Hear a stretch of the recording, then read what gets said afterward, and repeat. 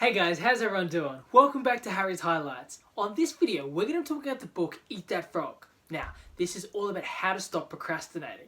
Now, the saying Eat That Frog comes from the famous American author Mark Twain. He once famously wrote that if you eat a live frog first thing in the morning, you can almost guarantee nothing else for the day that'll happen to you will be as bad as that. It's about tackling the biggest thing that you're going to most likely procrastinate on first, which requires your most time, energy, and focus. That way, everything else after that one is going to seem small and insignificant, giving you a more chance to capitalize on that momentum to really keep moving forward. So another way that people put it is about do the worst first. It's about tackling those things or taking care of those things that that are either going to require you to be at your peak, that are going to require the most energy, that are going to require the most focus, that you're more likely to put off if you don't do them straight away. And once you've done it, it'll then produce confidence in you to keep doing more. Because if you think about it, anyone that's achieved something that they haven't done before, or they thought they weren't going to be able to do, they all of a sudden then feel the self-confidence, that boost, to always be like, well, I can do all these other things now. Their threshold is increased. They feel like, well, I've put that is now behind me. Everything else here moving forward is going to be far, far easier. So you want to use momentum to keep moving forward. You want to capitalize on that situation so that you go from strength to strength. You're knocking them over like dominoes. You've gone from taking care of that biggest thing there, that's now done. Now everything else afterwards is going to be much easier, especially as you start to lose energy and you start to lose focus, just naturally as the day goes on. You have still enough reserves to take care of these smaller things because you used up the most of your energy in the beginning. Like when a plane takes off, for example, it uses something like 80% of its energy just getting off the ground because it's the hardest part. Then afterwards, once it's at cruising altitude, it just continues to coast. Then as it starts to land, it uses very, very little energy again, and then it lands its destinations there. If you treat it the same way across your day, your plane taking off is you waking up and tackling your biggest thing first. You then put all the most amount of your energy reserves, the most amount of your time and focus into that, getting it up, and then as you cruise through the rest of the day, you're using very little energy, you're just basically moving forward, utilizing that momentum to keep going there. And then by the end of the day, you have a nice, soft and smooth landing because everything has just been like a domino effect and has just been working with you, not against you. And that's the smartest way to look at things. You want to really, if you're talking about eating that frog, you want to focus on the next bite while reminding yourself of the last bite. If you start to get further through the day and you start to think like, I might just put it off or something like that, just remind yourself, you took care of the biggest thing already. It's already done. You're taking care of all these things as well. Now you just got to take one more bite. Just take care of one more thing. Think of all that progress you've made and don't stop now. Capitalize on that momentum and keep moving forward. You don't want to get to a point where it's like, you know what, I've done enough, only to have to restart that whole process the next day. You want to capitalize on it, make the most, maximize it, take it to its full potential, get the most out of that day, be as productive as you can, and stop that procrastination. They say that confusion causes procrastination. So a lot of the time, what people have the issue with is that because they weren't specific enough, they don't have the roadmap set out for them. So they end up detouring, stopping, basically not capitalizing momentum. But if you're specific, the difference between saying like, I want to be healthier and going like, here's how I'm going to become healthy. I'm going to eat 3 meals a day and each of them are going to be balanced, chosen, they're going to be deliberate. It's not just, I'm going to have 3 meals a day and then when I get hungry and have sugar cravings, decide like, well, that was close and convenient. But I want to be healthy, I want to get healthy. I'm specific. I spend those 3 meals on the day eating things that I specifically chose, removing confusion, and that way it's not, I'll just eat healthier tomorrow, just today it's still a little bit too much I'm just tired, so I've done a lot. Procrastinate.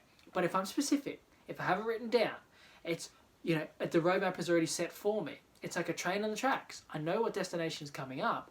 I just got to just keep moving forward.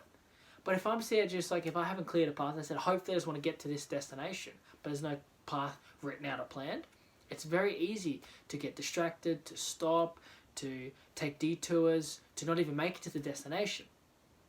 That's what it talks about, confusion being the cause of procrastination.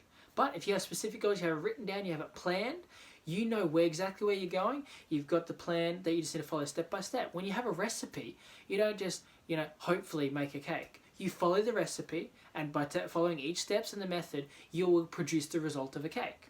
There's no confusion, and it's not, if you're trying to figure it out without the specific steps and just trying to decide that hopefully this is going to work, it's very easy, like, this is too much effort, I don't know what I'm doing, I'll tackle it again tomorrow.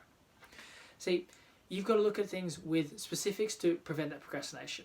Now, the other thing that you need to really do when it comes to preventing procrastination is look at things and categorize them.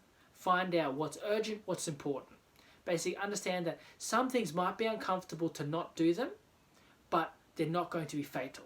A lot of time, all of us get into that situation where we get held up in what's called busy work.